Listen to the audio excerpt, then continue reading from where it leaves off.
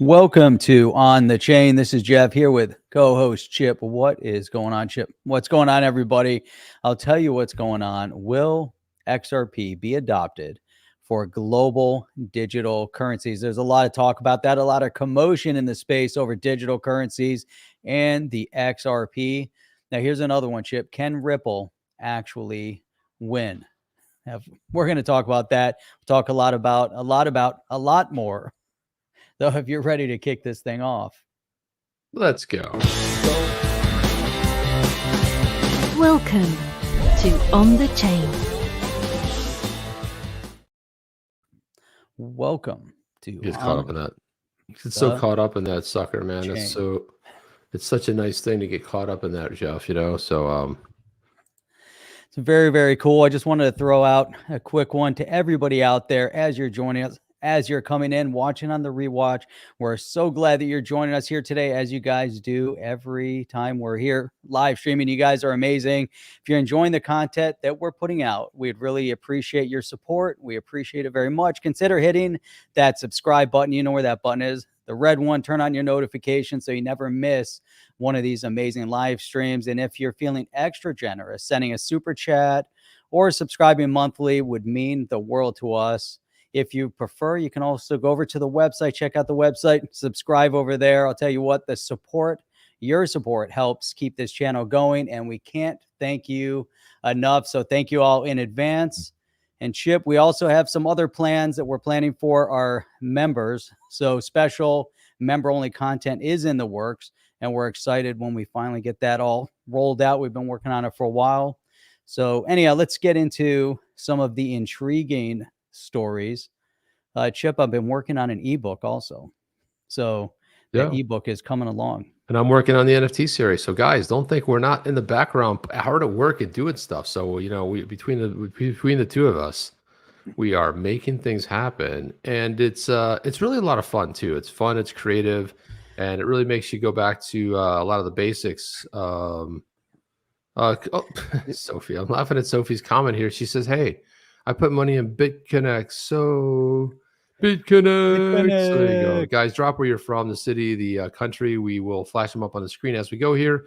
And then also on the rewatch, drop them in the comments so we can go check that out as well. Yeah, give a shout out where you guys are tuning in from. And Chip, you brought up NFTs. We're going to get into the whole XRP phenom, but NFTs, you were mentioning how much you're learning just from a graphic perspective. And let's just segue just a little bit into technology, because all these things that are going on in tech right now are just phenomenal. And what the digital asset class and the whole NFT project part of it, man, it's actually pretty amazing.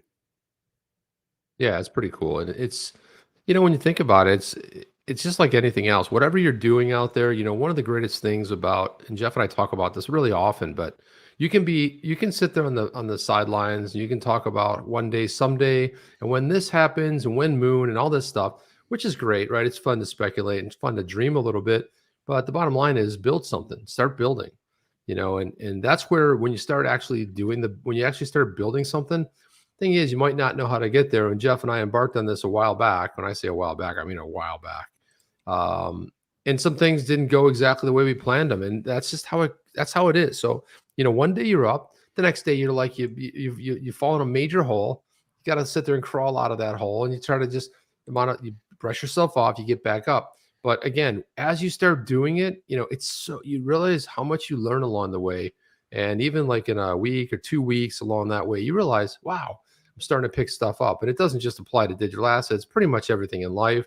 And sometimes you have to solve a problem on your day-to-day life, but even in a job, right? You work at a job and you do something, and then something hits you out of nowhere. You don't know how to do it, but by the time you're done and you solved it, you've got a workflow. But that workflow only worked for that particular problem. And then you go, well, if something similar hits that, I kind of know how to diagnose it and hit it. And you had the whole steps and how you fixed it and solved it.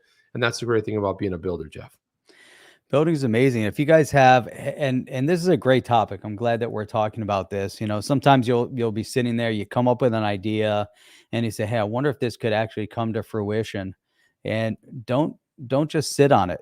Try to draft it out, write it up a little bit, come up with the idea, try to find, a few people, maybe even bounce the idea off them a little bit, and then see if you can put something together. Right now, I'm really, we've been seeing this, and this idea of building these other revenue streams, or maybe you want to take a project, you have this idea to build a company. This is the time to do it. Right now, where cryptocurrency is going and blockchain is going, we're still in that toddler phase. It's just getting ready to explode. We're still new to it. Everything hasn't been invented yet. There's still so much further to go. And I'll tell you what, with where AI is right now and robotics and everything, I mean, we haven't even seen the beginning. And then you enter into the blockchain, did the chip, the decentralization aspect of it is going to be so critical as things, progress from where we're at right now. And I'll tell you what, if we go into a decentralized framework, Chip, we're not going to have to be so concerned about balloons. That's so true, Jeff. I mean, we got a little bit of it into that, but it's so funny what takes the attention of humans, right? And it's just whether it's this country or your country or wherever you are, but there's always going to be something that's going to be top of mind. But as a community, especially in the Totally. digital asset community, okay, there you go, Beeville, New York, and when you think about it, what joins us all together is that common thread of that decentralization, the belief in decentralization, the belief in what is possible when we talk about blockchain and being decentralized, right? Taking away that counterparty, that third party, ultimately that centralization, right? We all know central planning doesn't work. A lot of people think like, well, it just didn't work when you did it, but if our team does it, then it's going to be great, right? It's all going to work out really perfect. And this happens with a lot of the isms, you know what the isms are: communism, Blockchainism. socialism, but all these kind of things. Everyone thinks that, no, those guys were close. I know it didn't work, or it didn't work as well as that's what they'll say, but it didn't work at all. But if we do it, so think about decentralization. What's the most brilliant part about it is the fact that we don't have to worry about somebody infringing. Like if you think about the XRP ledger, for example, nobody needs permission. Hey, can I knock on a door? Can I go ask somebody if I can use it? No, built-in decentralized exchange, built into it from pretty much almost day one, right? We're 2012 or 20. Let me do the math, Jeff. Hang on a second. 2012, 2023. That's 10 years to 2022. We're into 2023. It's a little over 10 years, Jeff, the way I look at that. It's a little bit over 10 years, right? That's good math. I had to work it out, man. I had to work it out right here on the chain, working that out, kind of like figuring it out in my head, and that's how it goes. And Steve, what's up, Steve? Appreciate you. And we love you and Joni too, man. You guys are great.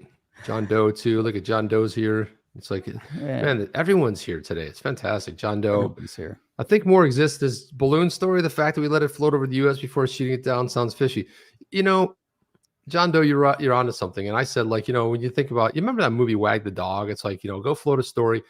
It's like everyone runs over here to see what's out the window. And then meanwhile, there's other stuff going on. And it's like, if you think about the ineptness, you really think the U.S. military is that inept, Jeff? Like they just Chip, wouldn't did shoot the it down. balloons? Yeah, exactly. Did the balloons have any of these logos on them though? I don't believe they did, Jeff. And I think that might have been part of the issue right there, right? So those are good looking balloons right there, right? Yeah. So if you guys see, if you happen to be in the US on the East Coast right about this time, and you see, or in Japan, you see a balloon with an XRP logo on it, don't worry, because things are happening. Get some serious movement. There you got some stuff going over South America, Central America. Might want to go look out your window. Some good stuff for you, Chip. Look at that, 41 cents. It's and it was funny because it was like 38 or 39 earlier. It's funny, I don't really check prices all that much, but it's funny. For some reason I happened to check it today, and so yeah, a little bit of a burst there, but it's amazing all the people. And the funny part of it is, if you think about it, digital assets in general, very few people still know about it. They are like, oh yeah, it's a scam, it's a Ponzi scheme. We have a story coming up. Exactly something along those lines. But I just don't understand why people resist so much, Jeff. I don't understand it. And one thing that I wanted to get into here, this is futile. There was a new article that posted today, and this was on Cryptosaurus. It's like a dinosaur, Cryptosaurus. It's like Cryptosaurus is coming for you, Jeff. But like I guess the thesaurus, a cryptosaurus. I don't know exactly what it is. I haven't really seen this before, but someone tweeted about this. You guys don't know who that is? That's Craig Wright. Who is he? He's the self-proclaimed Bitcoin creator. He calls the XRP fan a cult army, calls Ripple a complete fraud. And you know what I love about these people that have these big assertions, I'm cool with it. Look, you can have, everyone's entitled to their opinion. I'm all into free speech, but at least back it up with something, right? So just go like, you know, the name calling, like Ripple's a complete fraud, and the XRP fans, they're all just cults. Really? It's just like when you're pointing a finger, just remember it's 4 fingers pointing back at you. Okay, so I pay a little bit closer attention to that. But Craig Wright, a so-called computer scientist, and he is the self-proclaimed Bitcoin creator, increased criticism of Ripple ecosystem. So specifically, he called those fans the cult army. He said that he claimed that the community knows that the token will end up as a pyramid scheme. Jeff, let's just break that down right now. How can a decentralized asset like XRP be a pyramid scheme? Because a pyramid scheme, everything floats to the top. If you think about a pyramid scheme, I think about that buyback program. Everything floats right up to the top. That's right to the day. Get to everybody holding at the top. If you get the top group, and then you're expecting the masses to pour all of their money to you, then you're at the top of the pyramid. You're getting everything. Everything. You get all the benefit. Yeah, check this out, Chip. Check this out. Brand new member, Michael Murphy. What is going on? Let me put some. Let me put some cool music on for that, man. Thank you for that, music Michael. Right there. Big time supporter right this here. This platform should automatically have music. You get a new member, a new subscriber like that, it just automatically plays some. It would be nice, Jeff. Here we go. Ready? Here we go. This is for you, Michael. Appreciate that. Ready? Get ready, Jeff. Yep. Hang on a second.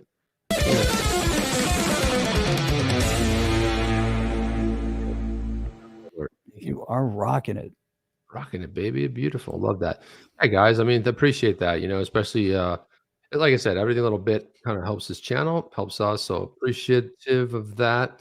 But this Craig Wright guy, it's like, Jeff, has anybody ever begged, like in the total part of human history, that they're the person that did X? It's like, no, I'm the person that did X. I'm the person that built this. I've never seen anybody beg. Like, if you're Satoshi, I mean, you have to like beg for the right to be called Satoshi. Yeah, I never got that part, Chip. I don't understand why he's just like, the whole notion. Why would you go? First of all, why would you go 10 years in secret, and say I don't want anyone to know, and then all of a sudden he's like, yeah, I want everybody to know. I want everyone to know. Oh, and by the way, I can't actually access the wallets that I say I have access to, right? Well, not necessarily, Jeff. Just doesn't want to move it, right? It's like, I'm not going to move that. Yeah. So he said that the XRP fans are been closely following a case against 16 developers at his firm, Tulip Trading. In the case, the court ruled that it should go to trial in London. Developers have been accused of having fiduciary duty and duty in tort for rewriting and modifying the protocol's code, demanding to be given the rightful access to 111,000 Bitcoin. And he said, there's a reason, this is Craig Wright's quote, there's a reason why the XRP cult is following the Tulip Trading case so closely. They fully understand that this will put an end to the Ripple, to the Ripple, Jeff. To the Ripple. And XRP pyramid scheme. I get it. To the Ripple and XRP pyramid. So now the guy's outlandish. So he's off his mind. So one said the Ripple pyramid scheme. So here you have a company that has developed a software that is going to, push Swift to the side, a complete restructure of the way money flows around the globe. And here's Craig Wright, talking about it's a pyramid scheme. So now all of a sudden, Ripple is this pyramid scheme that doesn't actually have a structure, isn't working with banks, hasn't created this solution called RippleNet, doesn't have a solution for liquidity, doesn't have any of that stuff because it's just some random, pyramid scheme. Yeah, and the problem that a lot of people who are just like, and again, David Schwartz, we have some more stuff coming up that kind of supports this, that Bitcoin is not a religion. Bitcoin was the first. And, I have a lot of respect. It was really the first crypto that I bought.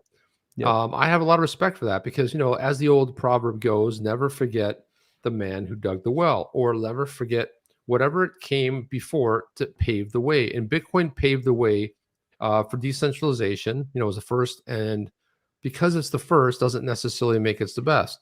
They talk about the Ford Motor Company. Ford wasn't the first to make the car. It was actually in Germany in the 1800s, late 1800s, as far as the combustible engine and stuff. But Henry Ford figured out how to make it profitable, figured out an assembly line, figured out how to mass produce the car, and then he got a lot of the credit, but didn't invent the car. But again, took the idea and made it better. And if we think about what Joel Katz or David Schwartz has said, Jeff, one of the things he came out and said was, we looked at Bitcoin, we saw that it was missing some stuff, and that's again why we thought we would fix it, with the XRPL and make it better, right? Because you're not going to make the code, you're not going to change the code, right? Satoshi locked it up. Why don't you allow changes to that code, Satoshi? Why don't you fix what you said you would fix? Because you said, hey, more stuff to be done, and then 11 years passes. So Yeah. Look at this. Look at this, Jeff. Somebody, XRP Guru. This is great. XRP Guru told Craig Wright on Twitter to find a hobby, and Dr. Craig S. Wright came back and says, I have. It's now because of Davey taking down the posse that is XRP and ensuring that this will be a complete fraudulent system is utterly wiped out. Sam said, yep, no one uses XRP. Then he put this video up. This is the last one we played the other night, talking about why MoneyNet uses Ripple's solution. He says, yes, Ripple lies to you. These guys did a project that Ripple paid them for. So, it's just, Jeff, this is na stuff. Like, in the schoolyard, you're like, oh yeah, you're stupid. It's like, there's no, it's like, you just like throw dirt in someone's face and you're like, oh yeah, nah. He goes, yeah, these guys did a okay, well, I guess you have the evidence to back that up, or at least a pretty good theory on it, right? Dr. Craig S. Wright? No. Calls Ripple a bad joke. He said, maintains the asset should be classified as a cryptocurrency, but a scam. Notably, it's been involved in several Twitter disputes with the Ripple community where it's questionable viability of XRP. It's just, you don't have to get in the whole thing, Jeff, but I just thought I'd feature. Craig Wright is a controversy. Yeah, he's his own controversy, Jeff. He's a nut job. He's such a nut job. The guy's such, it's just so bizarre. It's not to say that we haven't had our own controversies lately with different statements from different people, but here's this guy. He just too much, man. It's too much. I did want to pull up some cool, statements that came here. Now, Jim D must be out, hanging out beachside someplace, got up to go to the bathroom, came back, his drink was gone. So gets a brand new drink, puts it out there, and, has to use the restroom. If you're hanging out by the bar, you would expect that they would say, hey, the guy just got up for a second, he's coming back. But the thing is, though, is if it was like a little bit left, they may have thought you left in the bar. Whoever's working the bar may have thought, brand new full drink, didn't even get a sip. Someone just drank it. They saw that and they took it and started look, a freebie. Check the cameras, Jim D. So XRP JT is saying Shiba Inu returned $100 million with $100 investment from 2020 to 2021. Man, they put away some zeros. There was a lot of money generated with the SHIB in early days. There's still some excitement over the SHIB too. A lot of talk about Shiba Inu and what it's going to bring to the payment space. But let's focus on things like XRP, with XRP actually making some moves here. So legendary Craig has proven in the past that he doesn't understand how XRP works. He's obviously ignorant. Yeah, that's well, if you think about it, this is there's a great thread. We talked about Ponzi schemes, so this is a great thought process going on with Jeremy Hogan right here. Not only is he witty and funny and everything else, but he also brings a lot of thought here. And here's a tweet thread he put out. Jeremy Hogan is reading the Capitalist Creed at the moment, and he said, "Trust is the sole backing for most of the money in the world." And now, Jeff, I have a friend, a very good friend, who will not as dip his toe. He knows I've been into crypto for many, many years, 10 plus years. He says, "Oh man, but here's the problem. It's not backed by anything." And I'm like, well, what is the US dollar backed by? He's like, the US military. I'm like, well, how would that come into play? Well, I mean, it's the US. I'm like, well, it's not backed by gold. So it's just an agreement that we all say that it's worth something, right? Change the subject, right? So if we think about this, trust is the sole backing for most of the money in the world. Now, the ruble, Jeff, just recently, Putin just recently backed that by gold. It's really backed by something, right? So the ruble, all of a sudden, what happened? Started going up in value. Crazy thought, right? So Hogan goes on to say, so yes, you can call the crypto a Ponzi scheme, but that's just because modern economics is all a Ponzi scheme based on a trust in the future. And then he hashtag weekend reading, and he was just putting it about what he's reading in this the Capitalist Creed. The second part of that tweet goes on to say, to be fair, the author later discusses the need for market regulation in order to protect the necessary trust in the future. Just reporting back as I continue reading, takes a snapshot of that. Now the official now Jeff, who knew about this, right? So who knew that there's an official account called The Ponzi. Official Ponzi? It's the Ponzi, the world's most honest Ponzi. No Telegram or Discord. This is our only Twitter. Follows nobody. That's and interesting. has 2,800 followers. the Ponzi comes in and says, glad we're not alone thinking this. Jeremy Hogan, you, sir, are a walking contradiction. Since a true legal Ponzi requires an element of fraud or dishonesty. And so by calling yourself a Ponzi, you could never be. Ponzi comes back and says, some may call that artistic. So it's just great. That's awesome. That's awesome. But if we ever have to remember as we go through all of these different things, and there's people out there asking you to give them and trust them and give them your money, and they're going to hold on to it in custody, and they're going to start paying you, interest and all this stuff. We're already having some issues with the exchanges. We want to make sure we do our due diligence. It's interesting, Chip, because we still haven't seen the true outcome of what's going on with Celsius yet.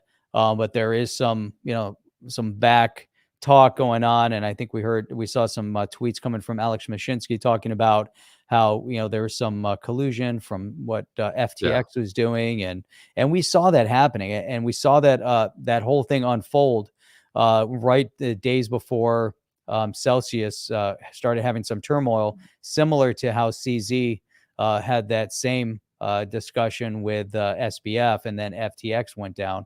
But we can never forget this one. We have to continuously bring this one up, bring it up and play it. And actually have to reshare it because I forgot to click one little box that is important when this should. Otherwise, the sound doesn't play. Like, that's so annoying. Why do we have to do that? Just play every sound you possibly hear that's there. And there it is right here. So let's all remember this, and this will obviously stick in our minds to always stay vigilant. Hey,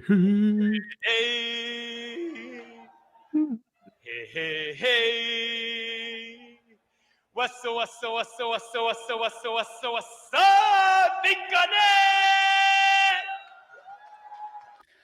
Three people yelled woo. That was just like a bad sign right off the bat there, Jeff. They got that Bitcoin ATM over there. Woo!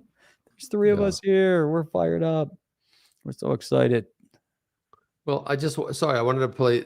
I got the book wrong. That was the name of the chapter. So someone asked, hey, what book is that, Jeremy? And he said, I'm rereading Sapiens by Harari. Someone else had asked him, hey, great book. I just finished reading it. He said, it's my second read. It's too dense for one read. Jeff, if I start reading that stuff, I usually end up like nodding off. It's just, it's a lot better if I listen to it. If I'm reading it, sometimes it's tough. It's tough to get through it. You try to really focus and just doesn't work. It can be a lot. So Chip, there were some, so John Deaton, we saw some tweets of his yesterday, and it's amazing because, and I don't think we really dug into this one, but this really has to do with how the SEC has been misrepresenting their whole discussion over securities and Bitcoin and the Howey test. And man, I think we're getting so close to an outcome with this case, right? We're like right there, right? And it just seems that the just all the facts are just, the writing's on the wall, So here's John Deaton. It's mind-boggling and absolutely infuriating how lawyers and staff at the SEC and others keep talking about the tokens themselves as being securities. Bitcoin is a digital asset that was once packaged, marketed, offered, and sold as an investment contract, aka a security. And so it just goes on and on. And this was his comment here. In addition to the SEC wrongly arguing the cryptocurrency tokens themselves are securities, at Berkshire Hathaway, Fudster wrongly argues the tokens themselves are speculative, not the manner they're packaged and sold. Added bonus, he praises China. Chip, some commentary on that? There's a lot of good stuff packed in these tweets. Oh, there's a lot. I mean, the thing about it is that John has brought this point up time and time again, and it seems to be lost. It's like when you think about even Howey, he goes back, the Howey test, one of the things, and I think this is like the main point that John hammered home was, it was the packaging, right? He talked about the packaging of Bitcoin sold as an investment contract. The packaging is the scheme of how it's put together. And we talk about the Howey, the oranges, which, in this case with Ripple, the XRP is not the security, nor were the oranges. No one argued the oranges are securities. No, the oranges weren't the securities. It was the scheme. It was how they packaged it. It was the fact that whether you worked the land or not, don't worry, somebody else would take care of that for you. And again, they were selling securities. And like it or not, but why are we talking about the Howey test anyway, Jeff? In 2023. Apparently something from the 1947, we're talking about that. Like, we can't update stuff. No, it just doesn't.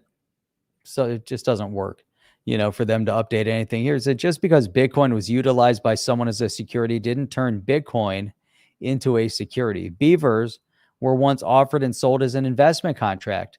Beavers remain beavers, not securities. Yeah. Interesting. Condos and chinchillas were sold as investment contracts. They didn't become securities.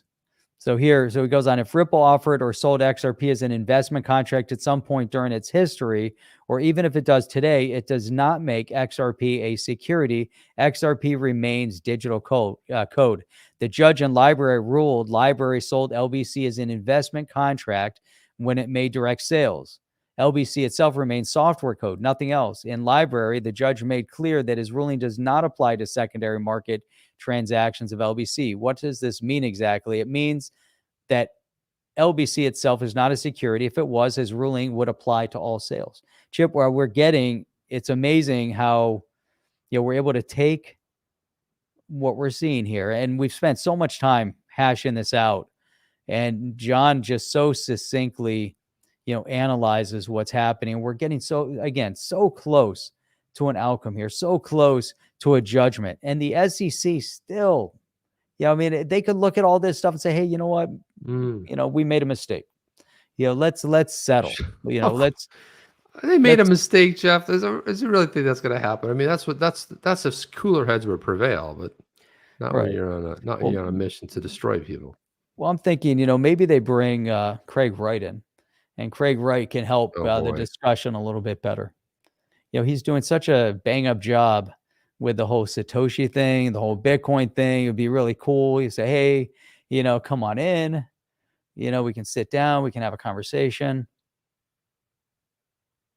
You can have some kind of a conversation. I mean, there's definitely a conversation to be had about it. But again, you know what? I mean, one of the things the SEC never counted on was somebody named John Deaton, right? They never said that, hey, he read that and spent his I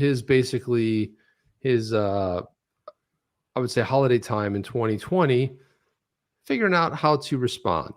And he did respond. And the funny part about that is, next thing you know, 76,000 people later. Okay, so that's going to be kind of hard to ignore, and especially the 3,000 affidavits he's collected and all the people that said they didn't know anything about that. It's not too dissimilar from the representation as a Mickey status, who he was representing in the Library case, and he was actually granted the opportunity to talk.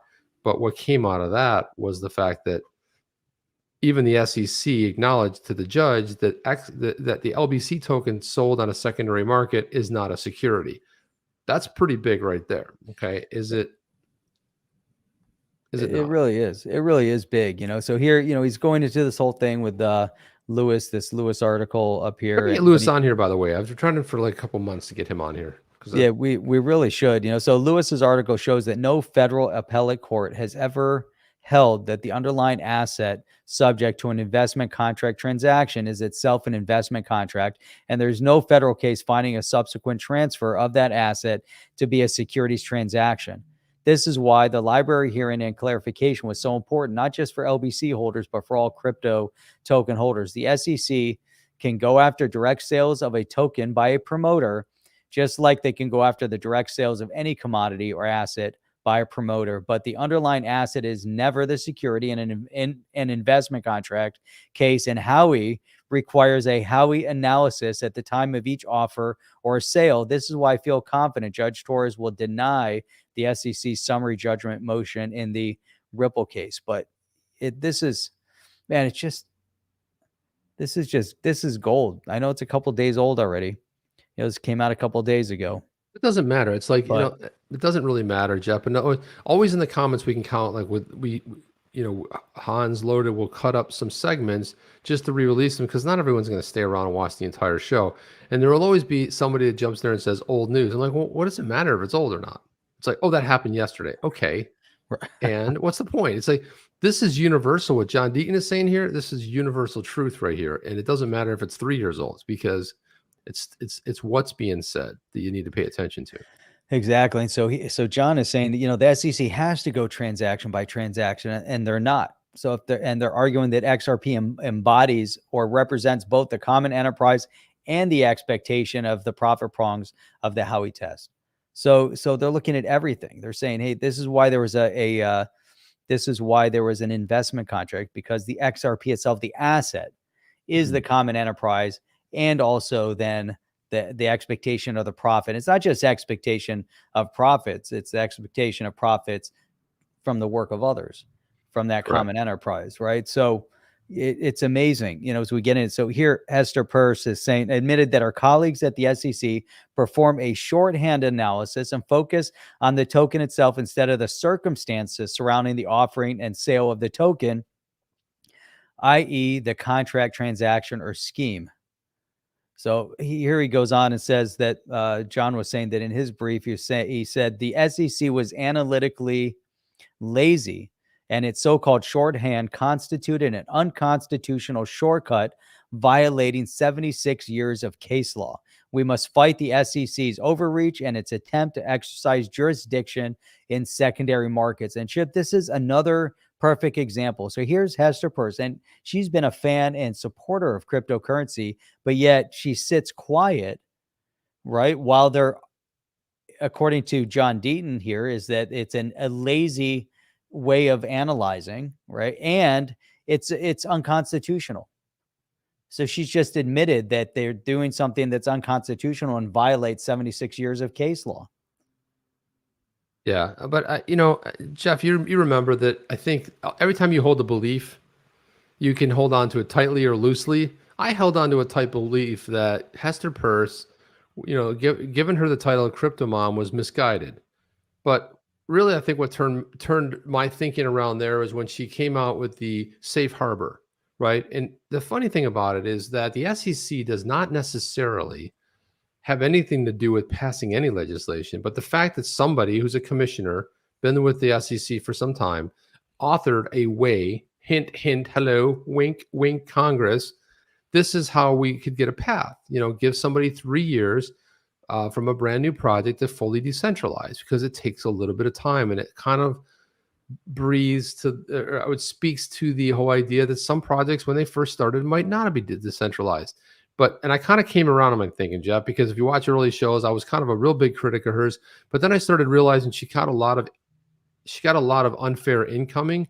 You have to understand the makeup of the SEC and the whole idea about the commissioners and who the chair is, and the chair, and you have your 5 votes, right? So she's always voted in favor of crypto. It's not, and people are like, oh, you know more than you should be a whistleblower. Well, how do we assume that she knows things? She's been incredibly outspoken. she's basically shoved it right up Gary Gensler's, you know what, and saying that everything, the entire approach is off, it's wrong, and it's ridiculous. It's unconstitutional. And you got to like, if the one voice inside the SEC, there's other new commissioners now. I don't know, Jeff, have you heard a peep out of them as far as digital assets? No, Nothing. we've heard nothing, but you know what? I would have known, and had maybe the same feeling had she accepted our offer to come on the show. But then her staff said that Her staff said that they wouldn't let her. They were too focused on XRP. And I'm like, well, Yeah. that's weird because she's been on another channel 2 or 3 times for somebody that does a lot of XRP content. And it was like, it's just. We're like, why wouldn't you come on the chain? Everybody comes on the chain. I mean, it's going to be a very fair shakeup. It's not going to be slanted toward XRP. Yeah. We're going to balance out. We'll talk about the Bitcoin and the XRP evenly. A Bitcoin. But Chip, so Steve Walker had come in a little while ago and he said, hey, boys, just got here. Tell me at what level of corruption will some sort of legal action be taken against Gensler, Warren, Pelosi, Biden, Fauci, and the list goes on. And if we look at this list, Chip, who do you think on this list is most likely to have some negative legal action taken against them first? I'm tempted between 2, and I will put it this way: the F word is one, and Gensler is the obvious one, because just like anything else, at some point you become disposable, right? Once your meter rises above not only taking income into you, but then represents a lot more people, then it's real easy to take you out, because you know what? This is weird. We all of a sudden found these documents. It's kind of weird, Jeff. We just found these documents. Take somebody out on the lesser charge, because that way you don't have to go through the embarrassment of what may or may not be on a certain computer, Jeff. And how does that translate to that list we just took a look at? Very simple. The person who seems the most expendable and is lost with both sides of the aisle seems to be Gensler, because he's not doing any favors to the blue party, and the red party is going to pull his, he's going to pull his ass in and sit him down in that chair and ask real questions, not like, geez, it was amazing. I heard you had this beautiful salad where you tossed these tangerines on there and a little bit of spices. Tell me more about that. No, not these softball questions, Jeff. Like, what in the F are you doing there, Gary Gensler? Tell me everything you're doing. Now, the best thing that came out, the ESG thing? And come in front of Congress to do it. Is it ESG, ERG, the whole thing where the ESG, environment, is it ESG or EG? ESG. Whatever that whole thing is. Anyway, they put it out for public opinion. It was so utterly scathing and so 99.99% bad that they kind of walked it back.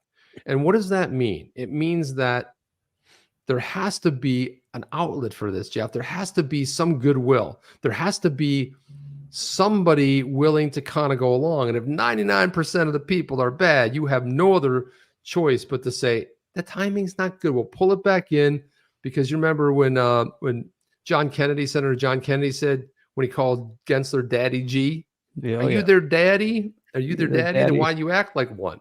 Yeah. Okay, that famous line was great, because when you think about it, your time is run out. It's run out on both sides. So they throw you overboard at some point, Jeff.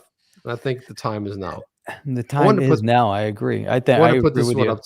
James L said this too. He says, hey, I was behind on the stream, but put your napkin over your drink. It's a universal sign to don't touch my seat or drink. Yes. Don't touch my drink. See what I'm saying? So here you go. Now, Jeff, I didn't know that. Jeff, there's usually, I've just never seen that happen. Napkin or coaster. Plus, with the way things are nowadays, I wouldn't want to leave my drink just sitting out there. Or yell to the bartender and it's like, hey, watch my drink. Keep an eye on my drink. I'll be right back. Okay. I just ordered it. Heads up, yo.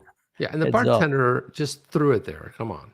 Heads up to my drink over here that I just ordered and it's full sitting on the bar because I've been hanging out here. So Chris Kennedy says, so if Ripple sold XRP to banks, remittance companies, etc., because they could provide a more stable price, wouldn't that be a good argument for the SEC? And then he came back and said, unless the Ripple marketing team just told these firms that by purchasing XRP, it will save them remittance costs. Would that be a security? No, I don't see how it ticks the prongs of the Howey test. I mean, if that's our what do you want to call it? If that's the test here, yeah, I think this is interesting too, because here now they're saying you're going to buy the XRP because this is how you're going to use this on the RippleNet platform. You're going to have a certain amount of XRP so you can move it through the system. So you're going to save on the remittance costs. You're basically buying that token to move money. You're not buying the token because you have an expectation. You're not buying it as an investment in Ripple or in some other entity. They're not selling it to them for that purpose, is what it seems like. That it's part of the solution. But a lot of good questions here. So we got this right here from Java. What is up? Thank you for that. Support in for 10 years and a 20-year adoption process per Ripple. Tech never sleeps. Future is bright. This SEC will be ancient history soon. All the best. Thank you, T Java. Appreciate that. Java. Yeah, and a good statement too. It's like, sometimes you have to be remind yourself that your early days, if you're 10 years into a 20-year sort of a cycle, it doesn't happen overnight. So it takes some time. So that's well said. Very well said. So what else we have, Jeff? There was something else I was looking for here. Here, I got a couple of things that I wanted to pull up. Oh man, where is all this stuff here? There we go. So there's this statement here by Dirk, and I can't pronounce his last name anyway. The founder of Xspector. He says, "Can XRP be a better version of the SDR?" And that's the MMF's International Reserve Asset, which was a beautiful attempt at solving an important problem, but ultimately a failed one. Can XRP become that global reserve currency? We ought to expect DNI to be bouncing in here soon, because anytime we talk about this kind of stuff, but can it become a better version of the SDR? And the SDR was, I forget what that stands for, Jeff, but basically it was a basket of currencies, right? It was like 4 or 5 different currencies. US dollar was one of them, and it just didn't really make it. But then we had this one here, XRPP, which you guys love. XRP to Standard Production said, "I hope XRP becomes the world's reserve currency so that doctors and my family will finally let me out of this institution." So there's that. The institution. I love how we put that.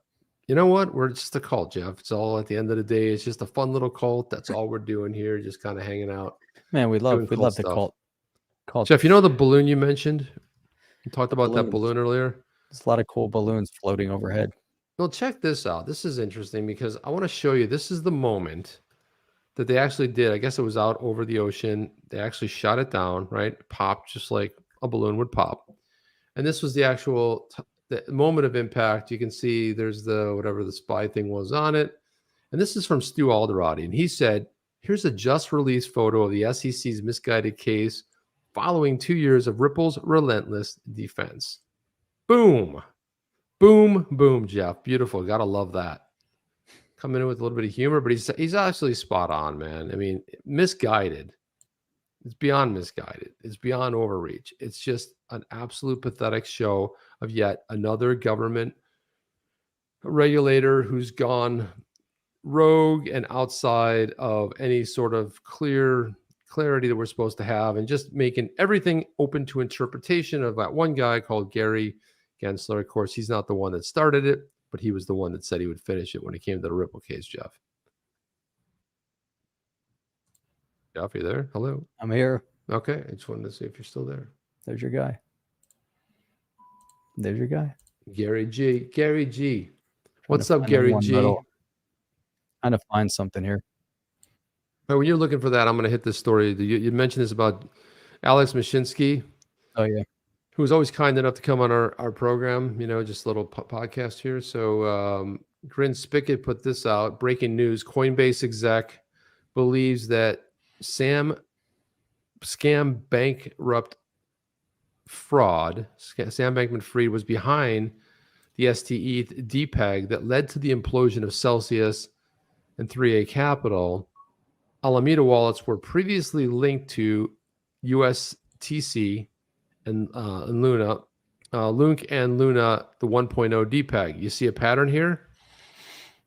And then John, right? I mean, so then Alex Mashinsky said, yeah, follow the money and you'll find who started the cascading runs on the crypto banks, destroyed several crypto projects, and then themselves. It was all driven by the need to win, but also have others fail in the process. Thoughts, Jeff?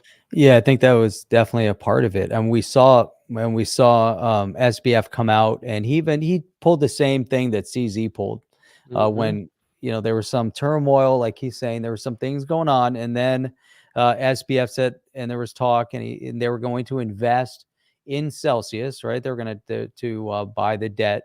And all of a sudden, then he came out and said, no, we're not going to do it. There's some things that we didn't like. And then things went a little chaotic. But they were already playing and pulling the strings ahead of time.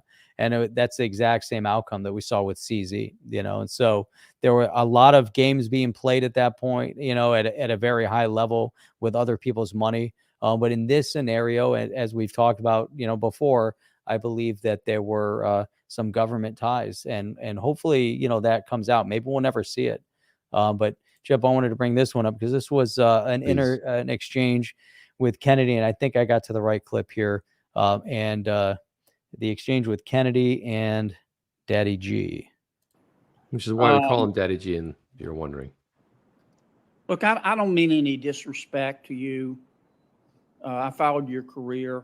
You've had quite a career in public service. You've made a lot of money on Wall Street. I respect that. I honor that. But Kennedy's rich too, by the way. To the people and the companies that you regulate as chairman of the SEC, do you consider yourself to be their daddy? No. Then why do you act like it? I try to take the oath of office seriously. Oh man, that was the best. That was one of the best. Boom! That was honestly one of the best that came out of that. Why do you act like it then? And it's so perfect, Chip. I mean, so perfect. Think about, oh, come on in and talk to us. Oh, let's smack him down. Yeah. It's so unreal. Chip, hey, check this out. Old Greg. Don't be so hard on yourself, Greg. Don't be so hard. You're not as old as you think. Young and old hard. Greg. We want to see the new Greg. What about What about young Greg? This is the old Greg. What about badass Greg? What about cool ass Greg? Cool still Greg. I don't like that old Greg. Cool ass old Greg. How old are you, Greg? I mean, gosh, it can't be that bad, can it? He's like, I'm 36, man. Life's over. It's horrible. I'm done. I'm out of here. This is the old Greg. He has another YouTube channel, or YouTube. It's the new Greg.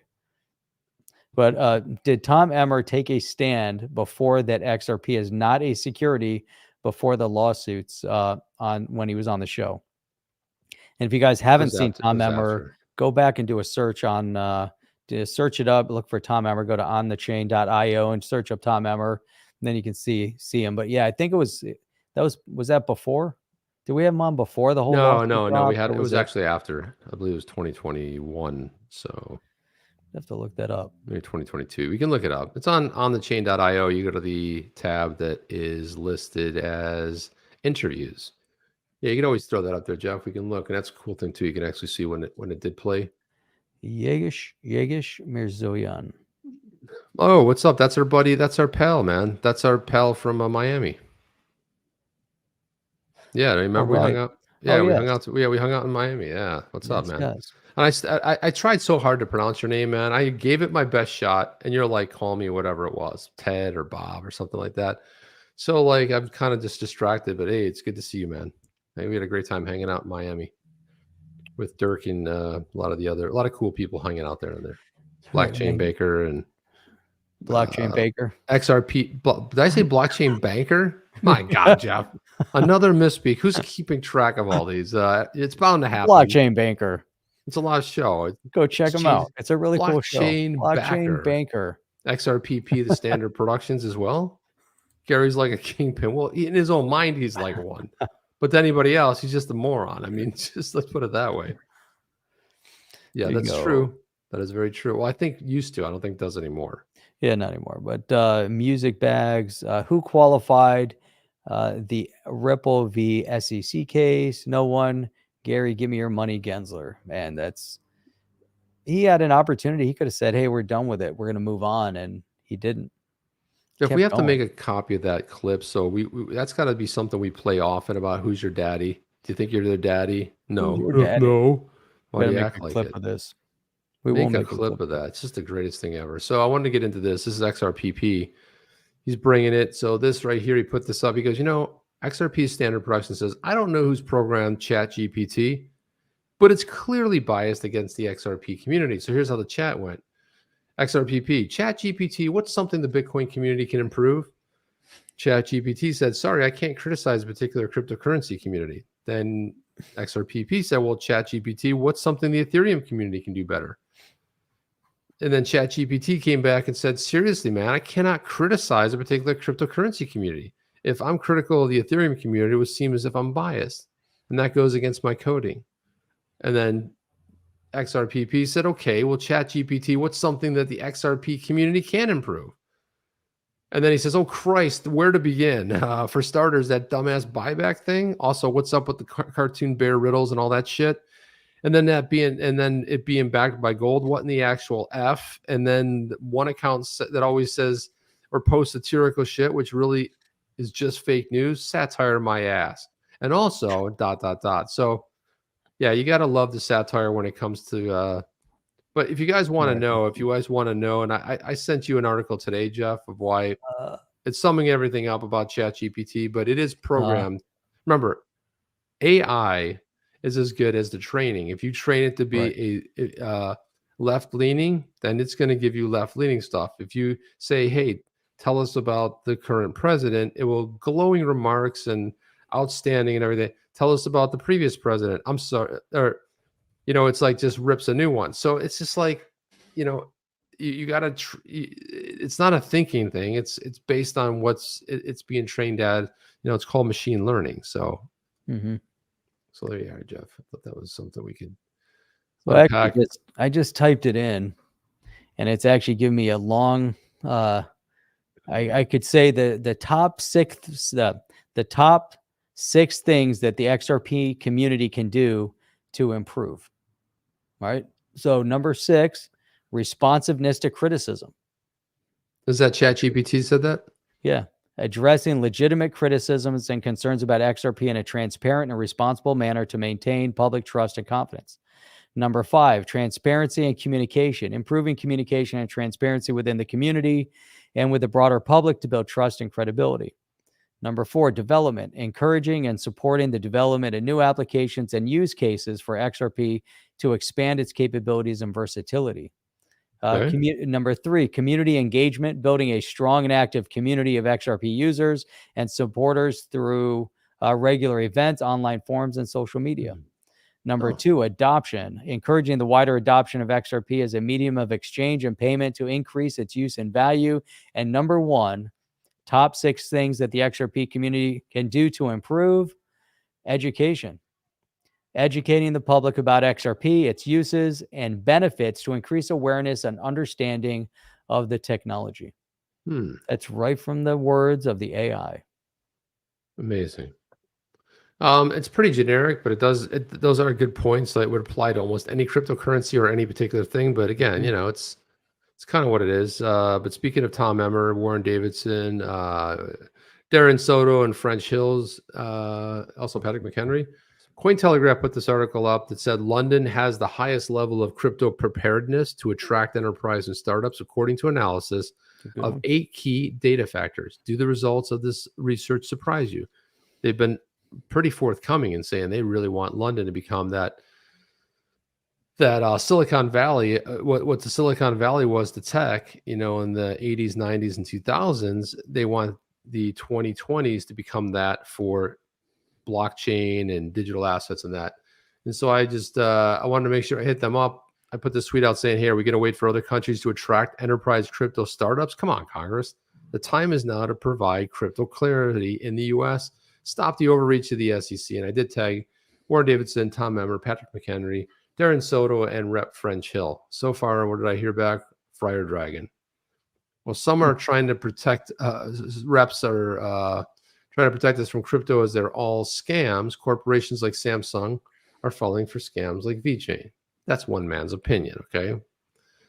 But I always look at where is a project based, where is it from, and that usually says that's my own barometer. But again, everybody has a different compass, and everybody has a different way of gauging that. But Jeff and I I think we're kind of alike on that. Where's the project oriented? Okay, got it. Now, not for me. Not saying it's not going to be successful. Not saying it's going to be great. Just not my for me. And then he said, on that note, Charlie Munger is helping us learn that crypto is worthless, just like Warren Buffett helped us believe that information is not a commodity. Boom, Jeff. That's how you do it. That's how you do it. There you have it, Jeff. So I was going to play something else, but I did pull this up. So I asked the improvement of the XRP community, how does that differ from the improvement of the Bitcoin community? And one of them was goals and priorities. But actually before that, community composition, the composition of the XRP and Bitcoin communities is different, with the XRP community being relatively smaller and more centralized compared to the Bitcoin community, which is larger and more decentralized. Did it really say that? It really said that. There you go. I didn't rewrite it. Look at that. Gotta be careful when you're consulting with AI. You gotta be very. And here, yeah, be careful what's going on. But here's the goals and priorities. Look at this. XRP focus on use as a medium of exchange, and Bitcoin as a store of value. Do you think that's accurate? Do you think the Bitcoin community is focused on Bitcoin as a store of value? No. Or is that everybody else? I think they're thinking that Bitcoin is a medium of exchange. I think AI so. might be confused here. Crypto Eddie had a great video today where she dove into kind of taking a look at that through Lightning Network and through Michael Saylor and what they think. And Michael Saylor is coming up with his own version of Lightning. But as it was pointed out in the video, the problem with the Lightning Network is it's not compatible with KYC. So beyond people who are trying to move, value back and forth, the real value, and especially when we start looking at an organization like Ripple that runs a software in a centralized company and uses the decentralized asset XRP, ultimately you've got to be compliant, right? I mean, I understand Bitcoin started as the anti-bank, the anti-this, the anti-everything, but the bottom line is you still have regulation in countries. You still got to follow them rules. Otherwise, you end up in a place that has one toilet and one sink that happen to be right next to each other with a bed. And that's kind of how it works, Jeff, unless you end up like in a nicer place, which is a little bit different version of that. And hopefully you start doing a lot of research about before you head in there. So yeah, she did tear it up in the video. She tore it up in a beautiful way. And speaking of Crypto Eddie, I was thinking this here, I wanted to show this. Jim, did you get your drink back? We're all worried. I like how he's watching us at the bar. That's even more awesome. It's too bad he couldn't hack it into the TV, and then just all of a sudden we're on every TV in this bar. Like, dude, put the drink back, man. You at put the bar. the freaking drink back now. I'm looking at you. It's like it hacks. That'd be great, wouldn't it? Man, Vincent Scully, if you could just change your name to Vincent Wilson, everything would make sense again. Jeff, that's so weird that I thought the exact same thing. Did you? I thought to myself, dude, we are way too much on the same wavelength. We had a minor disagreement yesterday. It turned out it really wasn't much of a disagreement because we were kind of like arguing against the same sort of a point. Right. But this right here, so I saw Molly Elmore, clever hummingbird. She came in here, and so this whole we're not going to get into this whole tweet thread, but listen, there's two people you don't go head to head with, okay, in the community. The first one being Crypto Eddie, okay. So I've seen a lot of incoming and attacking. Here it is right here, talking about the fact that she didn't leak the paper. It was on XRP chat, and Matt Hamilton kind of popped in here, and somebody had said like, hey, the argument's completely unacceptable and unprofessional. You're obviously mistaken if you're going to argue with the man who's trying to help thousands of XRP holders. You are after his reputation and destructive. Let him do his job, right? So this is how it's what we talked about, Jeff, is like people think this shit's real. They think it's going to actually do something. Matt Hamilton came in. Don't mess with Matt Hamilton. Remember when he took on that Bitcoin maxi? I have to go back to that. It was maybe 3-4 years ago and maybe longer now. But he just destroyed him succinctly, very just like mellow. Matt came back and said, I think the most hilarious thing is that line where this is being done to benefit the community it's still being trotted out? If it was, then why all the secrets? And why is it millions of XRP holders? If this is this is any use to them? Somebody else came in. And also it's kind of suspect too, Jeff. You start looking at these people, it's like they don't have many followers. They don't follow too many people. It's almost like they have like alternate accounts to go in, and I'm not saying that's true, but it does happen sometimes. So again, taking the position that explained it, Matt comes in, says, you know, it's just like this whole back and forth thing. Moon Lambo jumped in. I'm sorry, Moon Sedan. his family sedan. He's been downgraded, right? So he said, I posted the entire process. It will certainly harm the community. The deal is designed to maximize financial gain for Valhalla and the confidential committee at the expense of XRP holders. Molly said it's not correct. I'm open to explaining why, but it's not clear if you're not willing to listen and blah, blah, blah, blah, blah. But bottom line here is don't mess. So then she tells Matt he's conflating an issue. I'm like, Matt Hamilton, you're telling Matt Hamilton he's conflating these two issues. So no, it's something. But anyway, that's all the time we got, Jeff. Let's wrap this puppy up. All the time we got. Vincent Scully. Come on, next time, Vincent Wilson, and then things will be life-changing once again. But Chip, this was an amazing show today. I want to give a quick shout out to everybody that was here with us. You guys are awesome. We have the best and the brightest in all of YouTube crypto space. Right, Chip? Yeah, absolutely. And thank you for the support, guys. Appreciate the new memberships. And again, if you guys want to become a member, you're free to do so. But anyway, we do have, the reason we bring that up is we do have a meetup, which is a way to, it's a virtual meetup where you go sit at a table and there might be 10 people sitting at a table and you can see who's at that table and you come in and we're all on screen if you choose to be, or maybe it's just your voice. You choose how you want to do it. But again, we do it for members only. So we usually have like a mystery guest we bring in. We do a little bit of banter back and forth. Then we go meet people and talk. And it's not like an actual meetup, but I'll tell you what, it's the next best thing. And anybody that's been a part of it in the past has really enjoyed it. So and we're working on another one. So we're going to get those started here, rolling out. So it's going to be exciting. So we're looking forward to that. And we'll talk more about that on the next show. So that'll be cool. Be a lot closer to it. So that's all we got, Chip. Guys, we'll get out of here. See you on the next one. Chip and Jeff out.